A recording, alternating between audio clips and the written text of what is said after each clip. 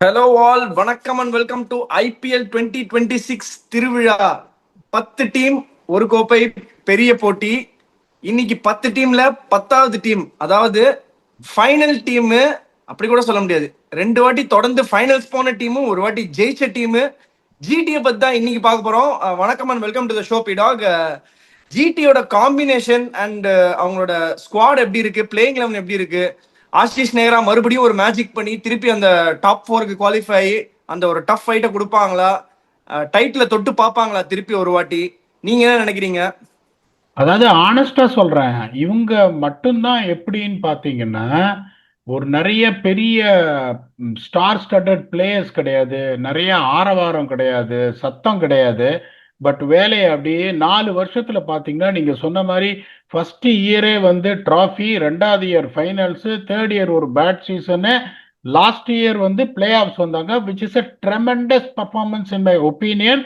And credit has to be really given on high stakes to a coach like Karthik Nara. Okay, எப்போ அதாவது ஒன்னே சொல்றேன் பாருங்க, finally it's all about delivering results. அந்த first year அவங்க trophy ஜெயிச்ச போது ஜிடி வந்து 10th பிளேஸ் முடிப்பாங்க அப்படின்னு அஸ்வின் கிட்ட நான் சொன்னேன். Okay, I am reminding this in public. GT first time பார்த்தா ஹர்திக் பாண்டியா கேப்டன். அது வரைக்கும் வேற எதுவுமே கேப்டன்சிலாம் பண்ணதே கிடையாது. ஹர்திக் பாண்டியா கேப்டன் உடனே my call on GT was they will finish number 10. I am telling you this. அது எப்படி ஜெயிச்சாங்க அப்படின்னா, கான்பிடண்டா right from the group stages கான்பிடண்டா ஆடி பியூட்டிஃபுல்லா ஜெயிச்சாங்க. ஒரு எந்த இதுவுமே கிடையாது. CSK also chased very high target in Ahmedabad. 2 நாள் நடந்தது, ஜெயிச்சாங்க. அதுக்கப்புறம் போன வருஷமும் ஒரு ஸ்பிளெண்டிட் பர்ஃபார்மன்ஸ் இவங்க பண்ணியிருக்காங்க. ஸோ இவங்களோட இது பார்த்தீங்கன்னா, வி ஷுட் ரேட் ஆஷிஷ் நேரா that he can do some magic even with whatever resources he's got at his disposal. Is very clear on what he wants. அவர் ரொம்ப ஒரு கான்ஃபிடென்ட்டான ஒரு கோச். இப்போ இவங்களோட பிளேயிங் லெவன் எப்படி இருக்கும் அப்படின்னு பார்த்தீங்கன்னா, Shubman Gill, the captain, is going to open with Sai Sudarshan, followed by Josh Butler. Number 4 should be Washington Sundar, followed by Glenn Phillips, Jason Holder, Rahul Tewatia, Rashid Khan, Ashok Sharma, Mohammad Siraj, Prasidh Krishna, and the impact sub will be one of Shah Rukh Khan or Kumar Kushagra. இப்படிதான் இவங்க போனோம். இதுக்கு மேலேயும் Washington சுந்தரோட டேலண்ட்டை இவங்க waste பண்ணணும் அப்படின்னு நினைச்சாங்கன்னா, சூலத்தை எடுத்து முதுகலை இவங்களே குத்திக்கிற மாதிரியான ஒரு இதுதான் இவங்களோட ஒரே ப்ராப்ளம். என்னன்னா, Shubman Gill is coming back to prove himself that he can play T20 cricket. எப்படி ஆட போறாரு after the T20 disappointment and drop தெரியாது. சாய் சுதர்ஷன் ஒரு இன்ஜுரியிலேருந்து வரப்போறாரு, குவாலிட்டி பிளேயர். ஒவ்வொரு வருஷமும் அவர் எப்படின்னா, அவரை ஒரு மைக்கேல் பேவன் கணக்கா நான் எலிவேட் பண்ணுவேன். பெருசா அவரை பார்க்கறதுக்கு அழகா இருக்காது, பேட்டிங் ஆடுறதுக்கு பெரிய பவர் ஹிட்டர் கிடையாது, ரன்னு எப்படி அடிக்கிறதுன்னு தெரிஞ்ச ஒரு கில்லாடி பிளேயரு. லாங் லே ஆஃப் இன்ஜுரிக்கு அப்புறம் வருவாரு, எப்படி வர போறாரு தெரியாது. ஜோஸ் பட்லரோட டெக்னிக்கை ஐபிஎல்ல சார்ட் அவுட் பண்ணிடுவாங்க. The way is both the speeds are parallel. அதை சரி பண்ணி வாங்கலாம் அந்த கேம்ப்ல தெரியாது. ஸோ உங்களுக்கு வந்து அவங்க டாப் 3 வச்சு தான் ஆட்டமே காட்டினாங்க. போன தரையும் பார்த்தீங்கன்னா அவங்க டாப் 3 தவிர யாருமே ரன் அடிக்கல. இப்போ இந்த டாப் 3 இந்த மாதிரி ஒரு ஃப்ரேம் ஆஃப் மைண்ட்ல வர போறாங்க. ஜாஸ் பட்லருக்கு ஒரு பேக்கப் எடுத்திருக்காங்க, Tom Banton. Not a bad player, but is he as good as Jos Buttler? இதெல்லாம் கம்பேரே பண்ண முடியாது. அவர் ஒரு சர்டிஃபைடு லெஜெண்டு. இப்போ வந்து இப்போ உங்களுக்கு அவங்க அப்படிதான் போவாங்க. இப்போ ஜேசன் ஹோல்டர் வந்து ஒரு 1 இயரா ரொம்ப நல்லா பர்ஃபார்ம் பண்ணியிருக்காரு. நம்பர் 5ல இந்த டிஸ்ட்ரக்டிவ் கிளென் பிலிப்ஸ் இருக்காரு. தெவாட்டியா வந்து பியூட்டிஃபுல்லா ஃபினிஷ் பண்ணி கொடுத்துருக்காரு, இதுல எந்த சந்தேகமும் கிடையாது. ரஷீத் கான் நல்லா போலிங் போட்டு 1.5 வருஷம் ஆச்சு. இவங்க போலிங்கை பத்தி பார்ப்போம். வாஷிங்டன் சுந்தருக்கு அவங்க போலிங் கொடுக்க மாட்டேன்றாங்க. ரைட் ஹேண்டர் வத்தா இன்னும் close. they are going to bring in the talented Ashok Sharma. he will start. அவர் எப்படி ஸ்டார்ட் பண்ண போறாரு? ஆகிப் நபிக்கு சொன்ன அதே கதை தான். Very talented. how is he going to respond in the flat Ahmedabad pitches தெரியாது. அவருக்கு ஒரு பேக்கப் இஷாந்த் சர்மா, அதுக்கு ஒரு பேக்கப் அர்ஷத் கான், அப்படி வச்சிருக்காங்க. அது முகமது சிராஜ் பார்த்தீங்கன்னா நல்லா போடுவார், அவரு 4 ஓவர் 40 போற ஆளு. பிரசித் கிருஷ்ணாவும் 4 ஓவர் 40 போற ஆளு. இம்பாக்ட் சப்ல ஷாருக் கான் வச்சிருக்காங்க. அவரை ரொம்ப ஹையா ரேட் பண்ணுவேன் நான். ஆனா வந்து அவர் இந்த ஐபிஎல் பிக்சருக்கே இன்னும் வரல. அடுத்தது குமார் குஷாக்ரா, அவரும் பெருசா ஐபிஎல் எதுவுமே ஆடல. வெளியில யார் உட்காந்துருக்காங்கன்னா இந்த wicket keeper option Anuj Rawat உள்ள ஆட மாட்டாரு. நிஷாந்த் சிந்து ஒரு left arm spinner all-rounder batsman, left handed batsman ஆட முடியாது. மானவ் சுத்தாரி இன்னொரு லெப்ட் ஆர்ம் ஸ்பின்னர் ஆட முடியாது. குர்னூர் பிரார் ஒரு ரைட் ஆர்ம் ஃபாஸ்ட் போலர் உள்ள வர முடியாது. யாரா பிருத்திவிராஜ் பேர்லயே அவர் கேட்கிறாரு யாரா அப்படின்னு. ஒரு லெப்ட் ஆர்ம் ஃபாஸ்ட் போலர் ஆந்திரால இருந்து நல்ல போலர், இன்ஜுரின்னு வந்துட்டு இப்ப திரும்பி வந்திருக்காரு. ரொம்ப நல்ல போலர், சன்ரைசர்ஸ்க்கு ஆடி இருக்காரு, ஆட முடியாது. ககிசோ ரபாதாவா ஆடக்கூடாது. லூக் வுட் எப்படி உள்ள வருவார்னு தெரியாது. ஜெயந்த் யாதவ் எல்லா வருஷமும் ஒரு டீம்ல இருக்காரு, அவர் ஆடவே மாட்டாரு. இந்த நம்பர் 9ல நான் சொன்னது பாத்தீங்கன்னா அசோக் சர்மா ஸ்டார்ட் பண்றது ஸ்லோ பிச்சஸ்ல they are going to get Sai Kishore in, அதுல எந்த சந்தேகமும் கிடையாது. அசோக் சர்மாக்கு பதிலாக ஸோ சாய் கிஷோர் வந்து அங்க இருப்பாரு. சாய் கிஷோரே வெளியில இருப்பாரு. நான் அவ்வளவு நல்லா போட்டுட்டு எங்கேந்தியா நீங்க நிஷாந்த் சித்து, மானவ் சுத்தாரு, ஜெயந்த் யாதவ் எல்லாம் எங்கேந்தியா ஆட போறீங்க? எடுத்து வச்சிருக்கீங்க, எப்படி எடுத்து வச்சிருக்கீங்க தெரியாது. பேட்டிங் பாத்தீங்கன்னா உங்களுக்கு ஆனஸ்ட்லி ஸ்பீக்கிங் வாஷிங்டன் சுந்தர நம்பர் 4 இறக்கி கிளென் பிலிப்ஸோட என்ட்ரியை டிலே பண்ணணும். அந்த ஒரு பெரிய மடத்தனத்தை தான் நியூசிலாந்து பண்ணாங்க T20 வேர்ல்ட் கப்ல. நிறைய தப்பு பண்ணி அவங்க ஃபைனல்ஸ் போயிட்டாங்க. ஐபிஎல்ல தப்பெல்லாம் பண்ண முடியாது. அகமதாபாத்ல ஆடுறாங்க. அதே மாதிரி Jason Holder is able batsman, but number 6 என்னை பொறுத்த வரைக்கும் too high for Jason Holder. இப்போ ஒரு டீம் நல்ல பேட்டிங் லைனப் உங்களுக்கு இருக்குன்னா should bat at least at 7 or 8 is a capable batsman. Batting at number 6 is very high for him. தெவாட்டியாவை தான் number 7 இறக்குவாங்க. பாவம் கடைசியில் வந்து ஒரு 18 பால் 16 பால் அவர் ஆடுவாரு. ரஷீத் கானுக்கு பேட்லையும் போட மாட்டேங்குது, போலிங்கும் சரியா போட மாட்டேன்றாங்க.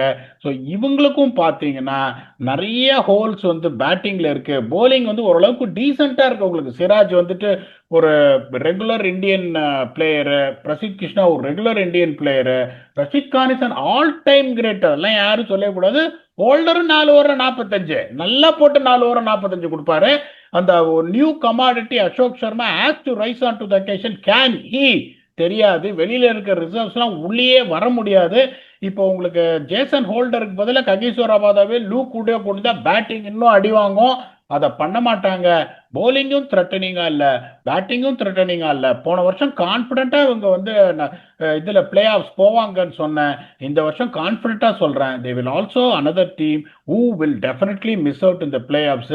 விக்கி, இந்த பிளேயிங் லெவன்ல உங்களுக்கு ஏதாவது சேஞ்சஸ் மாற்று கருத்து இருக்கா? இவங்க எவ்வளவு தூரம் போவாங்க? Please give your expertise. Playing eleven எனக்கு ஒன்னே ஒன்று தான் போயிட்டாங்க. நம்பர் 3 வரைக்கும் சொன்னது வரைக்கும் கரெக்ட். ஏன்னா இந்த டாப் 3 தான் ஆட போறாங்க. அவங்களுக்கு சங்க் ஆஃப் ரன்ஸ் அடிக்கிறது அவங்க 3 பேர் தான். நம்பர் 4ல எனக்கு தெரிஞ்சு ஷாருக்கே கண்டினியூ பண்ணுவாங்கன்னு நினைக்கிறேன். லாஸ்ட் இயரும் ஷாருக் வந்து டிஃபரெண்டா ட்ரை பண்ணாங்க. நம்பர் 6ல இருந்து நம்பர் 4 கொண்டு வந்தாங்க. அந்த ஒரு வருஷம் ரீடைன் பண்ணதுக்கு அப்புறம் லாஸ்ட் இயர் அவர் நம்பர் 4ல வந்து ஒரு 50 அடிச்சாரு அண்ட் கொஞ்சம் ஸ்டார்ட்ஸ் எடுத்தாரு, பட் ரன் அடிக்க முடியல. வாஷி ஒரு கேம் வந்தாரு மேல. வாஷி ஒரு நல்ல ஒரு பேட்டிங் அப்ரோச் காட்டினாங்க. இந்த வருஷம் எனக்கு தெரிஞ்சு வாஷியை ஒரு ரெகுலர் ஆல்ரவுண்டர், அதாவது போலிங் ஆல்ரவுண்டரா ஆடிட்டு Shahrukh Khan at number 4 or Kumar Kushagra வந்து சரியான டொமஸ்டிக் சீசன்ல இருந்து வராரு.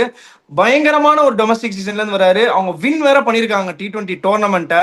So is on a very very purple பேட்ச்ல இருக்காரு, சூப்பர் டச்ல இருக்காரு. டெஃபினட்டா அவரும் ஸ்டார்ட் பண்றதுக்கு நிறைய சான்ஸ் இருக்கு. லாஸ்ட் இயரே அவரை பத்தி நிறைய பேசினாங்க. டொமஸ்டிக் சர்க்கியூட்ல பயங்கரமா பண்ணிட்டு இருக்காரு அப்படின்னு சொல்லி குமார் குஷாக்ராவை பத்தி பேசினாங்க. ஐதர் குமார் குஷாக்ரா ஆர் ஷாருக் கான் வில் ஸ்டார்ட்னு தான் நான் நினைக்கிறேன். அசோக் சர்மாவை இம்பாக்ட்ல கொண்டு வரலாம்னு நினைப்பாங்க. எனக்கு ஒன்னே ஒன்று தான் போயிடும். Team looks quite strong, but ஆனா only in terms of form questions மட்டும்தான் வச்சு you're saying that இவங்க கஷ்டப்பட போறாங்க, or the way that the pitch is going to be behaved in Ahmedabad is not going to suit this bowling line நீங்க நினைக்கிறீங்களா? இவங்களால வந்து இந்த பேட்டிங் லைன பிரச்சனை 200 அகமதாபாத்ல சேஸ் பண்றதுக்கு கஷ்டப்படுவாங்க. அதுல வந்து எந்த சந்தேகமும் கிடையாது. எப்படி நீங்க பார்க்கணும்னா பட்லரோட ரெக்கார்டு, கில்லோட ரெக்கார்டு, சாய் சுதர்ஷனோட ரெக்கார்டை பார்த்தா ஸ்ட்ரெயிட்டா இவங்க பிளே ஆஃப்ஸுக்கு போவாங்கன்னு சொன்னோம். அந்த மாதிரி பண்ணக்கூடாது. இந்த கரண்ட் ஃபார்ம்ல எப்படி இருக்காங்க, what kind of mentality the players are coming is very very important. So நான் அதாவது ஷாருக் கானும் தடாலடியா ஆடுவாரு, இவரும் குமார் குஷாக்ராவும் நிறுத்தலாம் மாட்டாரு. இஸ் கோயிங் டு பிளே ஷார்ட்ஸுங்கும் போது எனக்கு வந்து அந்த ஒருவேளை அந்த விக்கெட்டு அவங்க இப்போ பட்லர் சரி ஃபார்முக்கு வரல, அதுக்கப்புறம் உங்களுக்கு சாய் சுதர்ஷன் ஒரு மாதிரி ரஸ்டியா வந்தார்னா I want some stability to get in left hander at number 4 with Sai. நான் திருப்பியும் சொல்றேன், 30 பால் ஆடினா 46 ஷூரா அடிப்பார் வாஷிங்டன் சுந்தர். நீங்க கண்டிப்பா. இவங்களை வந்துட்டு இப்ப இந்த மாதிரி ஒரு சுச்சுவேஷன் என்ன பண்ண நான் சொல்லிட்டு இருக்கேன் பாருங்க. Jason Holder batting at number 6 is too ஹைன்னு அங்க கொண்டு போய் இம்பாக்ட் சப்பா இவங்க ரெண்டு பேர்ல ஒருத்தரை நீங்க சொருகினீங்கன்னா, Jason Holder is going to bat number 7, Rashid is going to bat number 8. At least உங்களுக்கு பார்க்கறதுக்கு கொஞ்சம் சாலிடா இருக்கும். இவங்க ரெண்டு பேரும் வெரி ஹைலி டால். ஷாருக் கானை நான் ஸ்ட்ரெயிட்டாவே என்னோட பிளேயிங் லெவல்ல போடுவேன், அதுல எந்த சந்தேகமே கிடையாது. But is not deliver, that's absolute bottom line. உங்களுக்கு பிடிக்குங்கிறதுனால முட்டெல்லாம் கொடுக்க ஒரு பிளே கிவன், ஏன்னா ஆம்பிள் அமௌண்ட் ஆஃப் சான்சஸ். எங்கேயுமே ஒரு ஐபிஎல் லெவல்ல ஒரு மேல வரல. The kind of promise showed for Tamil Nadu TNPL, அந்த டேலண்ட் அடுத்த லெவலுக்கு போலங்கும் போது I have someone like Washington Sundar, you can take the game deep and reserve it for the big hitters like Glenn Phillips and Jason Holder. நான் அப்படிதான் யோசிப்பேன். But நீங்க சொல்றது ஒன்றும் ஒரு பேட் ஆப்ஷன்லாம் கிடையாது. So it all depends upon how the top three is going to fire. If the top three start firing, ideally you would have Kumar Kushagra or Shahrukh Khan at number 4. இந்த top three மேல எனக்கு கொஞ்சம் சந்தேகம் இருக்கிறதுனால I want stability, so that's why I'm bringing Washington Sundar in. இவங்க அதான் என்ன பண்ண போறாங்க தெரியாது. அந்த அசோக் சர்மா பிளேஸ் வந்து சென்னை இந்த மாதிரி ஒரு கொஞ்சம் திரும்புற மாதிரி ஒரு விக்கெட் முல்லன்பூர்ல இருந்ததுன்னா கண்டிப்பா சாய் கிஷோர் அங்க உள்ள வருவாரு, எந்த சந்தேகமும் கிடையாது. என்ன பொறுத்த வரைக்கும் I am just writing this team off the are not going to have a good season. That doesn't mean that they're going to get a hammering. இப்போ 4 டீம் தான் உள்ள போக முடியும். வெட்டி போய் ஆனஸ்டி எல்லா டீமையும் செமையா இருக்கு, நல்லா இருக்கு, அதுவா இருக்குன்னு சொன்னா அதுக்கப்புறம் எபிசோடு பண்ணி பிரயோஜனமே கிடையாதுன்றதுனால comparing other team the way intimidating they look. இவங்க பேட்டிங்கும் இன்டிமிடேட்டிங்கா இல்ல, போலிங்கும் இன்டிமிடேட்டிங்கா இல்ல. ரஷீத் கான் பழைய மாதிரி இருந்தாருன்னா நான் வேற மாதிரி ஒரு அனாலிசிஸ் கொடுத்துருப்பேன். அவர் 2 வருஷம் ஆச்சு பழைய மாதிரி ஒரு போலிங் போட்டு. வாஷிங்டன் சுந்தரோட கான்பிடன்ஸே உடைச்சிட்டாங்க. இந்தியன் டீம்லயும் போலிங் கொடுக்கறது இல்ல, ஐபிஎல்லையும் போலிங் கொடுக்கறது இல்ல. அவர் பழைய மாதிரி எப்படி வரப்போறார் தைரியமா? 17 வயசு வாஷிங்டன் சுந்தர வார்னருக்கு அகேன்ஸ்டா டெபு பண்ணாங்க ரைசிங் புனே சூப்பர் ஜெயின்ஸ்ல. போடு மச்சி நீ தைரியமா அப்படின்னு. அந்த இதுக்கு நாங்க ஃபைனல்ஸ் வந்ததுக்கு main reason 27 Rising Pune Super ஜெயிச்சு வாஷிங்டன் சுந்தர் தான். இப்போ அவரோட கான்பிடன்ஸ் லெவல் எப்படி இருக்கும்னே உங்களுக்கு தெரியல ஆனஸ்ட்லி ஸ்பீக்கிங். ஆனா நியூ கமர் இந்த mix that is Ashok Sharma அப்படிங்கும் போது their batting also looks weak, their bowling also looks weak. In my humble opinion, it's going to be a Himalayan task for them to get closer to playoffs. Vicky, நீங்க என்ன நினைக்கிறீங்க உங்க playoff போறத பத்தி அப்படின்னு சொல்லுங்க. வேற ஏதாவது தாட்ஸ் இருந்தாலும் ஆட் பண்ணுங்க. then you can try and stump me.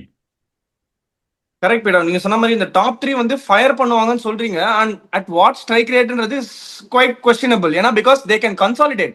3 பேருமே 350 இருந்து 450 ரன் வரைக்கும் சாலிடா அடிப்பாங்க எல்லா சீசனும். பட் எந்த மாதிரி ஒரு ஸ்டார்ட்டை கொடுப்பாங்க? இதே 250 ரன் அடிக்கிற ஹெட்டு 5 மேட்ச் எனக்கு 15 பால்ல 16 பால்ல 17 பால்ல 50 அடிச்சாருன்னா 5 கேம்ல நான் I am taking my team to 200 and 220 plus. So இவங்க எப்படி கன்சாலிடேட் பண்ண போறாங்க? 180 190 பத்த போறது இல்லை கண்டிப்பா.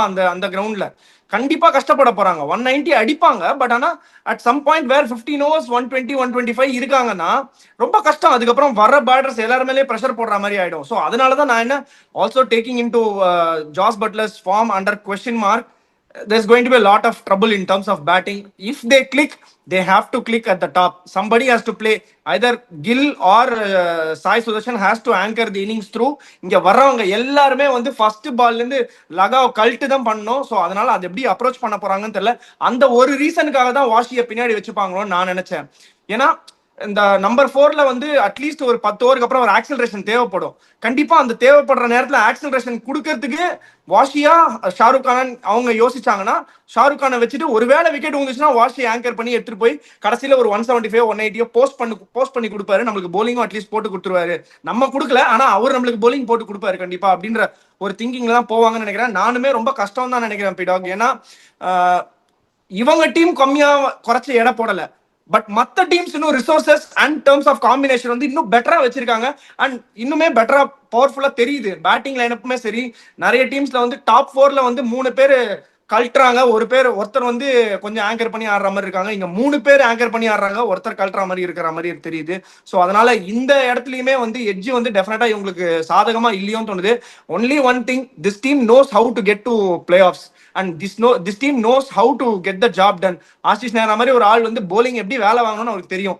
கண்டிப்பா அவருக்கு வந்து ஒரு தேங்காயை வச்சுன்னு, அதாவது இளநியை வச்சுன்னு பவுண்டரியில நின்றுன்னு அந்த ஃபுட்பால் கோச் மாதிரி, ஃபுட்பால் மேனேஜர்ஸ் மாதிரி இப்படி அப்படி சொல்லி வேலை வாங்கிட்டு வரோம்னு எனக்கு ஒரு சந்தேகம் இருக்கு. ஏன்னா எப்பவுமே இவங்க போட்டோல ஆடும்போது கண்டிப்பா they are definitely the favourites. நீங்க சொன்ன மாதிரி சிஎஸ்கே மேட்சே வந்து சிஎஸ்கே மேட்ச் கிடையாது, ஜடேஜாவால் அது சிஎஸ்கே மேட்ச் ஆச்சு, கடைசி ஒரு மோஹித் சர்மாவால் அது ஆச்சே தவிர மற்றபடி எனக்கு தெரிஞ்சு they were always out and down and அவுட்டா இருந்தாங்க. சிஎஸ்கேக்கு ஒரு பினாமினல் வின் அந்த அந்த வருஷம்.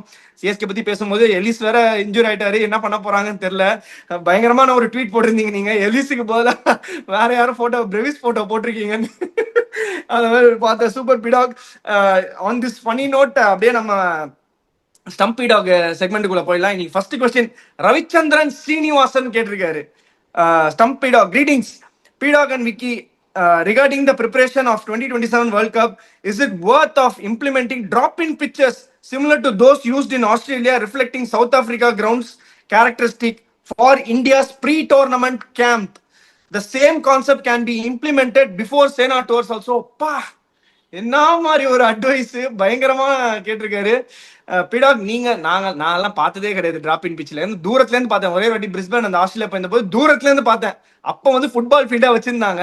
ஸோ அதனால அதுக்கப்புறம் இங்கே தான் டிராப் இன் பிச் பண்ணுவாங்கன்னு சொன்னா, நீங்க டிராப் இன் பிச்சஸ்ல நிறைய ஆடி இருக்கீங்க, அசஸ் பண்ணிருக்கீங்க. ப்ளீஸ் உங்களோட தாட்ஸ் அண்ட் எக்ஸ்பர்டீஸ். இங்க ஜோனாஸ்பர்க்ல இப்ப நான் கடைசியில ஆடின மேட்ச் டிராப் இன் பிச் தான். ஓகே, நான் போயிட்டு என்ன சொன்னேன், அந்த டைட்டன்ஸோட மேட்ச் 9 இன்டர்நேஷனல் இருந்தாங்க. லுவாண்ட்ரி பிரிட்டோரியஸ், டானவன் ஃபெரேரா, டுவான் நேன்சனு, ஒரு ஏகப்பட்ட பேர் இருந்தாங்க. ஸோ நான் போய் பார்த்தேன், என்ன பிச்சு ஒரு மாதிரி இருக்கே அப்படின்னு கியூரேட்டர் கேட்டேன். நீங்க என்ன கேட்டீங்க, எனக்கு நல்ல பால் எகிறணும்னு கேட்டீங்களே, எகரும் பாருங்க அப்படின்னாரு. கொஞ்சம் சர்ஃபேஸை பார்த்தா வந்து ஒரு மாதிரி அந்த ஜோனாஸ்பர்க்ல வந்து அந்த பேக்ரவுண்ட் நீங்க போட்டிருக்கிற டிஷர்ட் மாதிரி இருக்கும், பால் வெள்ளையா இருக்கும், மேல கிராஸ் டிஞ்ச் இருக்கும், பக்கு பக்குன்னு மேல வரும், பயங்கரமா சீமாவும். இல்ல இது டிராப் இன் பிச்சுன்னாரு. என்ன டிராப் இன் பிச்சு அப்படின்றான். ஆமா, வேர்ல்டு கப்புக்கு நம்ம எல்லா 6 different venues, top venues, that is Port Elizabeth, Wanderers, Centurion, Durban, Cape Town, இவங்க எல்லாத்துலேயும் டிராப் இன் பிச்சஸ் வந்து நாங்கள் இப்போலேருந்து ஸ்டார்ட் பண்ணுறோம். அந்த டொமஸ்டிக் ஸ்டார்ட் ஆகிறதுக்கு முன்னாடி ஃபுல்லாக கம்ப்ளீட்டாக வந்து ஸ்பேர் 2 டிராப் இன் பிச்சு நாங்கள் வைக்க போகிறோம் அப்படின்னு. இன்னொன்று தெரிஞ்சுக்கோங்க, உங்களுக்கு அந்த டிராப் இன் பிச்சு நோ மேட்டர் வாட்டு, அது ஒரு கேக்கு பெட்டு மாதிரி இருக்கும். பிச்சை அப்படியே தோண்டிட்டு அப்படியே அப்படியே வந்து அழகா செட்டில் பண்ணுவாங்க. It is just artificial surface உங்களுக்கு. ஸோ உங்களுக்கு இவங்க அந்த ஆர்டிஃபிஷியல் சர்ஃபேஸை எப்படி எடுக்கிறாங்கன்னா, mostly similar to the conditions how is it in every venue.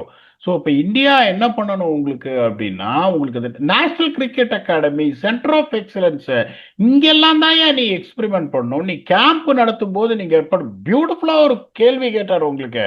Okay, நிறைய பேர் என்ன சொல்லுவாங்க, இங்கிலாந்துக்கு போறதுக்கு முன்னாடி பெங்களூர்ல பிராக்டிஸ் பண்ணி, வெதர் வந்து இங்கிலாந்து மாதிரி இருக்கும், 2 மணி வரைக்கும் மழை பெய்யும், அப்புறம் சன்னு வரும். இதையோ இதெல்லாம் வச்சு நீ என்ன பண்ண முடியும்? It's all about how you play இந்த பிச். இவரு கேட்டார் பாருங்க, இந்த கேள்வி தான் கரெக்ட். ஸோ இப்போ நான் எப்படி யோசிப்பேன், எனக்கு போர்ட் எலிசபெத்தில் பிரச்சனை இல்லை இந்தியா பொறுத்த வரைக்கும், எனக்கு டர்பன்ல பிரச்சனை இல்லை இந்தியாவை பொறுத்த வரைக்கும், கேப்டவுன் கொஞ்சம் ஸ்லோ ஆயிடுச்சு பிச்சு.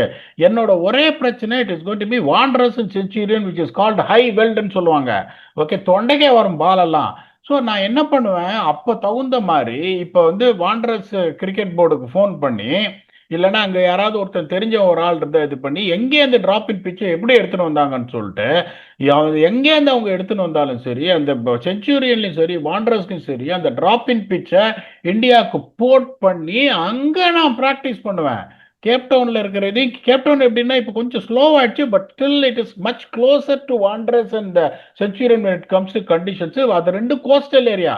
பால்லையும் இந்தியா ஆடுறதுக்கு சான்ஸ் இருக்கு, பால்லையும் பரட்டுன்னு திரும்பும் பால், பால்லையும் திரும்பும், டர்பன்ல பயங்கரமா திரும்புது. இப்போ இதுல நேற்று வந்து ஒரு டொமஸ்டிக் கேம்ல அந்த டைட்டன்ஸ் திருப்பி சொல்ல பாருங்க, அவ்வளோ பிளேஸ் வச்சுன்னு 90 for 8 மழை வந்து தப்பிச்சிட்டாங்க, காண்டா பண்ண திரும்புது.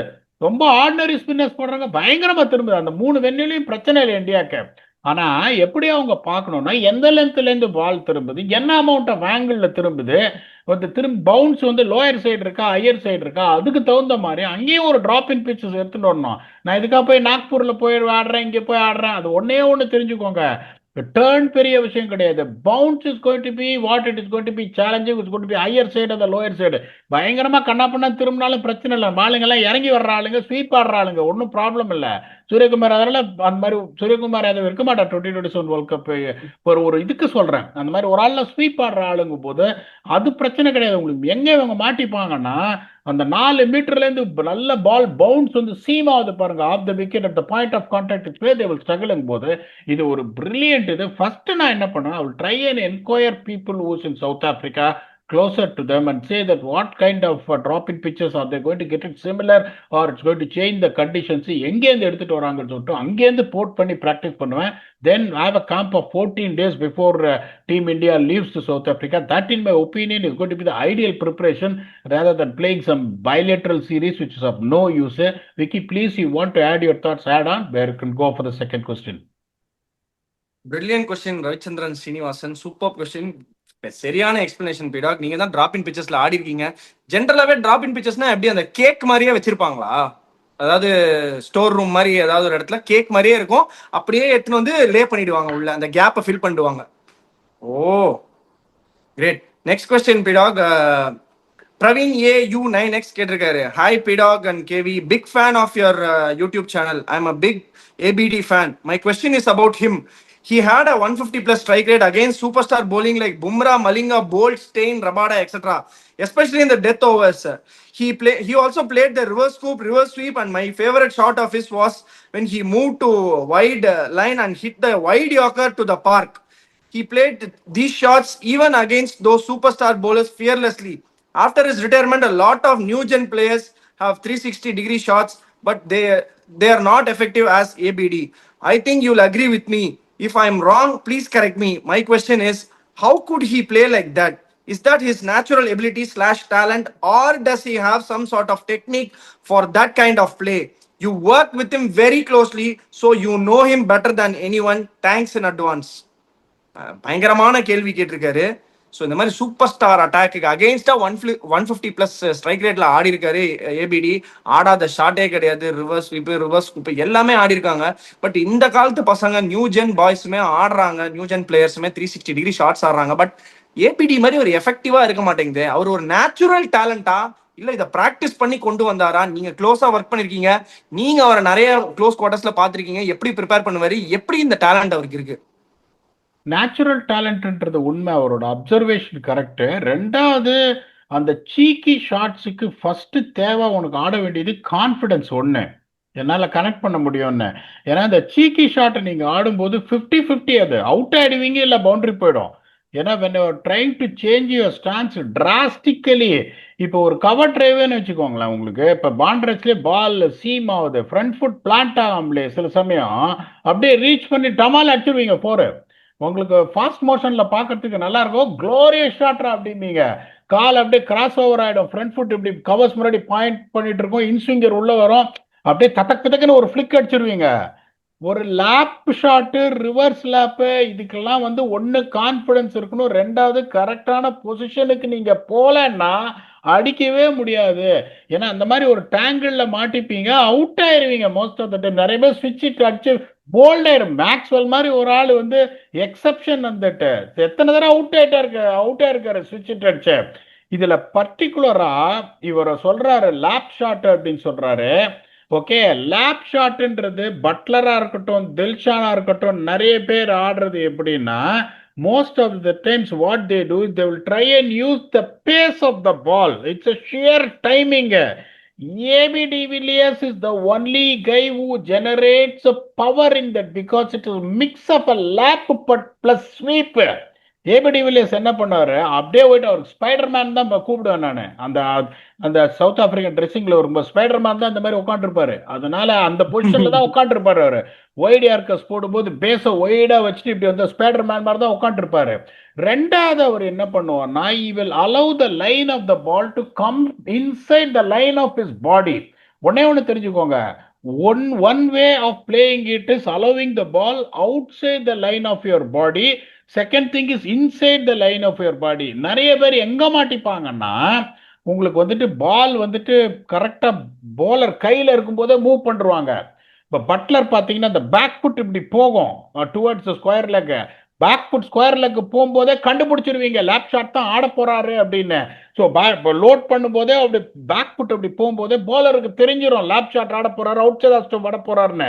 ஸோ சில சமயம் என்ன பண்ணுவாங்க, வரும்போது கரெக்டாக அந்த 6 ஸ்டெப்ல போட்டுருவாங்க. ஒன்னே ஒன்று தெரிஞ்சுக்கோங்க, இப்போ பால் வந்து if it is straight away pitched in line of your body when you are going back when you are playing the lap shot, அந்த instinct of your brain what it says, ball இங்க line வந்து within your body விழும்போது என்ன பண்ணுவீங்க, தலையை இப்படி எடுத்துருவீங்க, பாலை பார்க்க மாட்டீங்க லாஸ்ட் மினிட்ல. இப்ப நீங்களே இங்க இருக்கீங்க, நான் இப்படின்னா உங்களுக்கு கை முன்னாடி அடிக்க வர மாதிரி பண்ணேன்னா நீங்க என்ன பண்ணுவீங்க, ஒண்ணு இப்படிம்பீங்க, கண்ணை முடிப்பீங்க, என்னடா பீடாக் நம்ம குரு மாதிரி அவர் நம்மள அடிப்பாரா அப்படி சொல்லிட்டு சிரிச்சு நிற்க மாட்டீங்க. ஏன்னா உங்க பிரெயின் சொல்லும் ஐயோ நம்ம யாரோ அடிக்க வரோம் அப்படின்னு. அட்லீஸ்ட் நீங்க இப்படி நகரலன்னா கூட கண்ணையாவது முடிவீங்க அடிக்க வரேன்னு. ஸோ அந்த மாதிரி ball if you are getting it closer to the line of your body at the point of contact, அதுக்கப்புறம் என்ன முருகா அப்படின்னு கனெக்ட் பண்ணுவீங்க, கனெக்ட் பண்ணா 6. ஓகே, அப்ப என்ன பண்ணுவீங்க, இப்படி வரும்போது பால் கிட்ட வரும்போது கண் இப்படி போய் இங்க வந்துடும். ஏவிடி வில்லியர்ஸ் என்ன பண்ணுவாருன்னு யோசிச்சுக்கோங்க, நல்லா அவுட் சைட் ஆஃப் போயிட்டு இந்த பொசிஷன்ல இருப்பாரு. he allows the ball within the line of his body and plays a half mixed lap and sweep. AB de Villiers அடிக்கிறது வெறும் லேப் கிடையாது, ஸ்வீப். அந்த ஒரு ஃபாஸ்டஸ்ட் அண்டர் அடிச்சார் பாருங்க வாண்டரஸ்ல, got the privilege to sit in the dressing room to watch. அவர் அந்த ரசல் ஹோல்டர்லாம் அடிச்சது லேப் கிடையாது. நிறைய பேர் என்ன பண்றாங்க, அந்த ஃபைன் லெக்ல போனால நிறைய அனலிஸ்ட் ஒன்று என்ன பண்ணுவான், லேப்னு டேக் பண்றான், லேப்பே கிடையாது, அது ஸ்வீப். ஸோ நிறைய பேர் லேப்புங்கிறது மோஸ்ட் ப்ரிடாமினன்ட்லி வில் கோ இந்த ஃபைன் லெக் ரீஜன். இவர் அடிக்கிறது பார்த்தீங்கன்னா ஃபைன் லெக் ஸ்கொயர் லெக் ரீஜனுக்கு போவோம். ஸோ அவர் என்ன பண்ணுவாரு, ஒத்த காலில் முட்டி போட்டுட்டு ஒத்த கையால பிராக்டிஸ் பண்ணும்போது கடைசியில பிராக்டிஸ் முடிச்சுட்டு போகும்போது ஒத்த கையால அப்படியே ஆடிட்டு இருப்பாரு. இங்க out within the line of the body உள்ள போட சொல்லிட்டு ஒத்த கையால அப்படி ஆடிட்டே இருப்பார் முட்டி போட்டுட்டு. பேட்டிங் ஆடும்போது என்ன அநியாயம் பண்ணுவாருன்னா, மார்னி மார்க்கெல்லாம் போலிங் போடும்போது ஒரு பேடை கட்டின்னு பேட்டிங் ஆடுவாரு. நான் கெஞ்சி எல்லாம் இருக்கேன், ஐயோ அடி படக்கூடாத இடத்துல பற்ற போகுதுன்னு சில் பீடாகுன்னுவாரு. மார்னி மார்க்கெல்லாம் வந்துட்டு மிருகத்தனமா போட்டு இருப்பாங்க நெட்ஸ்ல, ஒரு பேடை கட்டின ஆடுவார் பேட்டிங்க. ஏன் இப்படி பண்றேன்னு, அவசரப்படாத ஒரு ஃப்ளோல வந்துடுறேன்னு சொல்லிட்டு ஒரு 15-20 பால் ஒரு பேடு கட்டின்னு ஆடிட்டு அதுக்கப்புறம் தான் ரெண்டாவது பேடே அவர் போடுவாரு. அதுக்கப்புறம் every time he plays a T20 game or an ODI game, what he does is that அந்த ஒரு காலில் கீழே போயிட்டு ஒத்த கையிலால் அப்படியே அப்படியே அடிச்சுட்டே இருப்பாரு. So what people are thinking that it is not a lap shot, it is more of a sweep plus lap shot where the direction of the ball goes in the kind of the bat swing what he has got. Of course natural talent இல்லைன்னு வச்சுக்கோங்களேன் விக்கி, நீங்களே இவ்வளவு பேரை coach பண்றீங்க. ஒரு சில பிளேயர்ல நீங்க பாத்தீங்கன்னா, இப்ப நீங்களே என்ன சொன்னீங்க, நான் போன வருஷம் டிஎன்பிஎல் நான் கமெண்ட்ரி பண்ணேன். ஓகே, பெங்களூர் வந்தபோது என்ன சொன்னீங்க, குரு இந்த அன்னிசேனி நேச்சுரல் டேலண்ட். ஒரு சிலதெல்லாம் பார்த்தீங்கன்னா அந்த கவர் டமால் ஆன் த ரைஸ் அடிக்கிறதுல natural talent rather than technique. அந்த நேச்சுரல் டேலண்ட் இருக்கிறவன இன்னும் டெக்னிக்கலி சவுண்ட் ஆக்குனீங்கன்னா they're going to be more stronger. AB de Villiers வந்துட்டு அதுதான், அவர் ஒருத்தர் மட்டும்தான் இந்த மாதிரி ரங்கநாயரத்தை இந்த மாதிரி ஆடு, அஜந்தா மெண்டிஸ் இந்த மாதிரி யாருன்னா டன் பீடாக்னு 2 நிமிஷம் தான் உட்காருவாரு. மேட்ச் நடக்கும் போது நான் எல்லாத்தையும் செட் பண்ணிட்டு உட்காந்துருப்பேன். Can you spend 2 minutes with me please அப்படின்னுவாரு. எஸ்ன்னுவேன். உடனே என்ன சொல்லுவாரு, நான் வந்து 20 ஓவர் 25 ஓவர்ல போறேன்னா என்னை எப்படி அவுட் பண்ண பார்ப்பான் இந்த 2 போலர், அவரே கேட்டுருவாரு, எனக்கு ஆப்ஷன் கொடுக்க மாட்டாரு. இப்போ ஒரு ஆஸ்திரேலியானா ஒரு ஜோஷ் ஹேசல்வுட் கமின்ஸ் எப்படி என்ன செட் பண்ண பார்ப்பாங்க 15 பால்ல அவுட் பண்றதுக்கு என்ன ஃபீல்டு வச்சு, அதை ஒன்று கேட்பாரு. அதுக்கப்புறம் 10 ஓவர்ல who has got the lethal weapon of slow deliveries, அது வைடர் லைன்ஸ் போடுவாங்களா, எங்க போடுவாங்க, நக்கிள் பாலா, பேக்கப் தாண்டா, ஆஃப் கட்டரா, லெக் கட்டரான்னு கேட்டுப்பாரு. 2 நிமிஷம் தான் டாக்கு, தேங்க்ஸ் பீடாக் அப்படின்ட்டு போயிடுவாரு. Okay, do you want to see something? No, that's absolutely fine. Rashid Khan ஒருத்தரை தான் என்னோட லைஃப்லயே அவர் வந்து அந்த 2016 வேர்ல்டு கப்புக்கு வந்த போது ரஷீத் கானை மட்டும்தான் அவர் ஒரு 7 நிமிஷம் பார்த்தாரு. ஓ கூகுளி போடும்போது ஓகே ஃபைன், கை இங்கேருந்து வருதா, ஓகே ஃபைன், அது இதுன்னு அவரை மட்டும்தான் ஒரு 7 நிமிஷம் பார்த்தாரு அவரோட வேரியேஷன்ஸ். ஓகே, எப்படி டிப் ஆகுது பால், எவ்வளவு திரும்புது கூகுளி, இது. அதை தவிர ஏபிடி வில்லியர்ஸ் என்கிட்ட எந்த வீடியோவும் கேட்டதே கிடையாது. ஆனா எல்லா மேட்சுக்கு முன்னாடி இந்த 2 நிமிஷம் ஸ்வீட் டாக் தான் இருக்கும். உள்ள போய் அவர் யாருன்றத காப்பாரு. One of the greatest players of ever work. I always been amazed how we can produce that kind of skills. இவர் சொல்ற மாதிரி part of natural talent, part of preparation, part of confidence as a batsman who doesn't get any intimidated seeing the opposition bowlers. He is one of the greatest players. I will never compare anyone in the past, today and tomorrow. அதாவது எப்படின்னா அவரோட skill செட்ல சொல்றேன். அந்த மாதிரி இன்னொரு AB de Villiers வர்றதுக்கு வாய்ப்பே கிடையாது. Is all time great. Vicky, if you want to add on something, please add on, or we will say, the final thoughts about one of the consistent teams in IPL. We have to say that in 4 years making 3 playoffs, Gujarat Titans. இல்ல, நீங்க ஏபிடியை பத்தி சொல்லும் போதே அது உங்க நேச்சுரலா எப்படி நேச்சுரலா ஒரு டேலண்டோ நேச்சுரலா உள்ளேந்து வருது. It's a real privilege talk இந்த மாதிரி ஒரு பிளேயரோட ஒர்க் பண்றது. அண்ட் இவ்வளவு வருஷம் நீங்க க்ளோஸ் குவார்டர்ஸ்ல வர பாத்திருக்கீங்க. உலகமே வியந்து போயிருக்கு, எப்படியா அடிக்கிறாங்கன்னு. ஆனா அடிக்கிறதுக்கு ஒரு ரீசனுமே அந்த 2 நிமிஷம் பீடாக் எப்படி அவர் அவுட் எடுப்பாங்கன்ற பிக்சரை போட்டு காட்டினதுனாலதான் அங்க அடிக்காம மத்த எல்லா இடத்துலயும் அடிக்கிறாரு. அது அப்ப 360 கிடையாது பீடாக், அது 359 தான். அந்த 1 டிகிரி நீங்க கரெக்டா எங்கன்னு ஆளை நிக்க வச்சிருக்காங்கன்றத கரெக்டா கண்டுபிடிச்சு சொல்லியிருக்கீங்க. பிரில்லியன் பீடாக், பிரில்லியன் சமேஷன், வேற லெவல்ல சொன்னீங்க. நம்ம அதான் இந்த செக்மெண்ட்டுக்கான எப்படி சொல்றது யூஎஸ்பியே இதுதான். இந்த மாதிரி ஒரு ஜெம்ஸ் அன்அர்த் பண்றீங்களா, அங்கங்க ஸ்டோரிஸ், நிறைய டெக்னிக், அதெல்லாமே எல்லாருக்குமே இருக்கு. அண்ட் டேட்டாலாம் எல்லாருக்கிட்டுமே அவைலபிளா இருக்கு. ஆனா இந்த மாதிரி ஒரு ஸ்டோரி, இந்த மாதிரி அதாவது எங்கேயுமே எழுதப்படாத, யாருக்குமே தெரியாத ஸ்டோரி, உங்களுக்கு மட்டுமே தெரிஞ்சு உங்களுக்கும் அந்த பிளேயருக்குள்ள நடக்கிற விஷயத்த நீங்க அழகா ஸ்வீட்டா ஷேர் பண்றீங்க பாத்தீங்களா.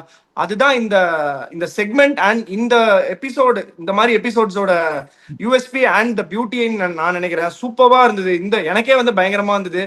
And coming back to our GT, one of the consistent teams. And எனக்கு தெரிஞ்ச ஆஸ் அ மேனேஜ்மெண்ட் நான் நிறைய அதாவது குஜராத் தமிழன்ஸ் தான் அது பேசிக்கலி. நிறைய தமிழ் பசங்க இருக்காங்க அங்க, தமிழ் பசங்க விளையாடி இருக்காங்க, பிளேயர்ஸ் விளையாடி இருக்காங்க.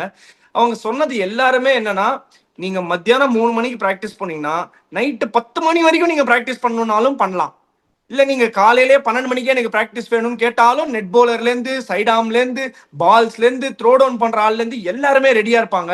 அந்த மாதிரி ஒரு ஃபேமிலியா உங்களை பார்த்துப்பாங்க. எஸ்பெஷலி பிராக்டிஸ் ஃப்ரீக்ஸ் ஆன இந்த சாய் கிஷோரா இருக்கட்டும், சாய் சுதர்ஷனா இருக்கட்டும், ஷாருக்கும் நிறைய பிராக்டிஸ் பண்ணுவாரு, பயங்கரமா ஹிட்டிங் பண்ணுவார், நான் நிறைய பார்த்திருக்கேன். ஸோ இந்த மாதிரி விஜய் சங்கரும் நிறைய பிராக்டிஸ் பண்ணுவார், நிறைய கேச்சஸ் எடுக்கணும், நிறைய ஃபீல்டிங் பண்ணணும்னு பண்ணிட்டே இருப்பாரு தொடர்ந்து. ஸோ இந்த மாதிரி பிளேயர்ஸ்லாம் கொடுக்குற ஃபீட்பேக் வச்சு பார்க்கும்போது இந்த டீம் ஒரு ஆர்டினரி சைட பிக் பண்ணா கூட அவங்களோட ஒர்க் எத்திக்ஸ், அவங்களோட மேனேஜ்மெண்ட்டை வச்சு நெக்ஸ்ட் லெவலுக்கு போறாங்கன்றது தான் நான் புரிஞ்சுக்கிட்டேன். 4 வருஷத்துல 3 வருஷம் சக்சஸ்ஃபுல்லா இருந்திருக்காங்க. Last year also is not a failure, can say ஃபெயிலியர்னு சொல்லலாம். ஏன்னா 2 வருஷம், 1 வருஷம் ஃபைனல்ஸ், 1 வருஷம் வின்னர்ஸ். ஸோ அதனால ஃபெயிலியர்னு சொல்லலாமே தவிர they have been really consistent. and இந்த வருஷமும் they will try to be really consistent, but மத்த teams has got real venom. கண்டிப்பா அதனால மேபி உங்க அடி வாங்குறதுக்கு சான்ஸ் இருக்கு. என்னோட 4 நான் சொல்லிட்டேன், பீடாக் அவரோட 4 சொல்லிட்டாரு. நாங்க 5th ரிசர்வ் பண்ணி வச்சிருக்கோம். 4 இதுவா அதுவான்னு சொல்லி ரிசர்வ் பண்ணி வச்சிருக்கோம். அந்த ரிசர்வ் பண்ணதுல நம்ம ஆள் வேற கொம்ப வேற இறங்கிட்டான்ற மாதிரி, விராட் கோலி வேற இறங்கிட்டாரு, தளபதி விராட் கோலி இறங்கிட்டாரு, இங்க இறங்கிட்டாரு, விராட் கோலி வேற இறங்கிட்டாரு. பயங்கர லீன் மீன் மெஷினா தெரியுறாரு பார்க்க. இந்த வாட்டியும் ஒரு 500 ரன் விதுப்பாம விட மாட்டாருன்னு நினைக்கிறேன். ஸோ அதனால ஆர்சிபியும் என்னோட கண்டென்ஷனுக்குள்ள எடுத்துட்டு வந்திருக்கேன். என்னடா கமெண்ட்ஸ் போட்ட உடனே கட்சி தாவறியான்னு கேட்காதீங்க. நிஜமாவே ஆர்சிபி நல்ல ஒரு நல்ல கிரிக்கெட் ஆடிட்டு இருக்காங்க காம்படிட்டிவா. அதனாலதான் நான் சொல்றேன். பீடா, உங்களோட ஃபைனல் தாட்ஸ்? அதான் சொன்னேன் உங்களுக்கு, மத்திஷா பத்திரானாக்கு என்ஓசி கிடையாது, அவர் வரப்போறது இல்லை. Sam Curran ruled out of IPL, latest news. அதுக்கப்புறம் இப்போ எல்லிஸ் அவுட்டு. எல்லிஸுக்கு பதில் they are going to sign Ottneil Baartman from South Africa. Okay, அதனால நிறைய டீமு பார்த்தீங்கன்னா கனாப்புனான அடி வாங்கி, இப்போ Gudakesh Motie is going to join LSG, Muzarabani has joined Kolkata Knight Riders. ஏகப்பட்ட இது வந்துட்டு இருக்கு. ஸோ இப்போ என்ன சொல்றது, ஒரு ரேண்டமாக எந்த டீமுக்கு, ஒரு சில டீமுக்கு அன்பார்ச்சுனேட்லி சான்ஸே இல்லைன்னு சொல்லிட்டோம். ஒரு சில டீம்ல அந்த கதவை தட்டுவாங்கன்னு சொல்லியிருக்கோம் பிளே ஆஃப்ஸை. ஒரு சில டீம் கண்டிப்பா அந்த கதவை உடைச்சிட்டு போயிடுவாங்கன்னு சொல்லியிருக்கோம். பட் பாத்தீங்கன்னா இப்போ Hazlewood is not going to play the first 3 matches. Pat Cummins is not going to play the first 3 matches. நான் போன வருஷம் சொன்னதே தான் திருப்பியும் ரிப்பீட் பண்றேன். ஹேசல்வுட் அதுக்கப்புறமும் கடைசியில் லுங்கி எங்கிடி அவருக்கு பதிலாக ஆடினாரு. But set the pace. Now Hazlewood is not going to start. It's going to be a massive thing for RCB. அதனால இப்ப 10 டீமோட இதுவும் முடிஞ்சு போச்சு. ஒவ்வொரு டீமையும் ஹானஸ்டா இது பண்ணிருக்கோம். Wish Gujarat Titans all the very best, because I believe in Ashish Nera as someone who knows how to get the best out of everyone. இன்னும் ஒரே ஒரு episode, that is going to be a special episode of finally which four is going to make it to the top four, which is one is going to be the fifth team who is going to push and miss out. நானும் சரி விக்கியும் சரி top 5 எடுப்போம், and we expect 4 out of that 5 will go through. We might also go horribly wrong. நான் horribly wrong போனாலும் அவர் போக மாட்டாரு, அதை நீங்க எல்லாரும் பார்த்துட்டீங்க வேர்ல்ட் கப்லலாம். So one more episode before the IPL திருவிழா அவர் சொல்ற மாதிரி unfold will be the final thing, who will make it to the playoffs, and that episode is going to drop down soon with your very own Blast Vignesh. Until then, thanks a lot and bye bye.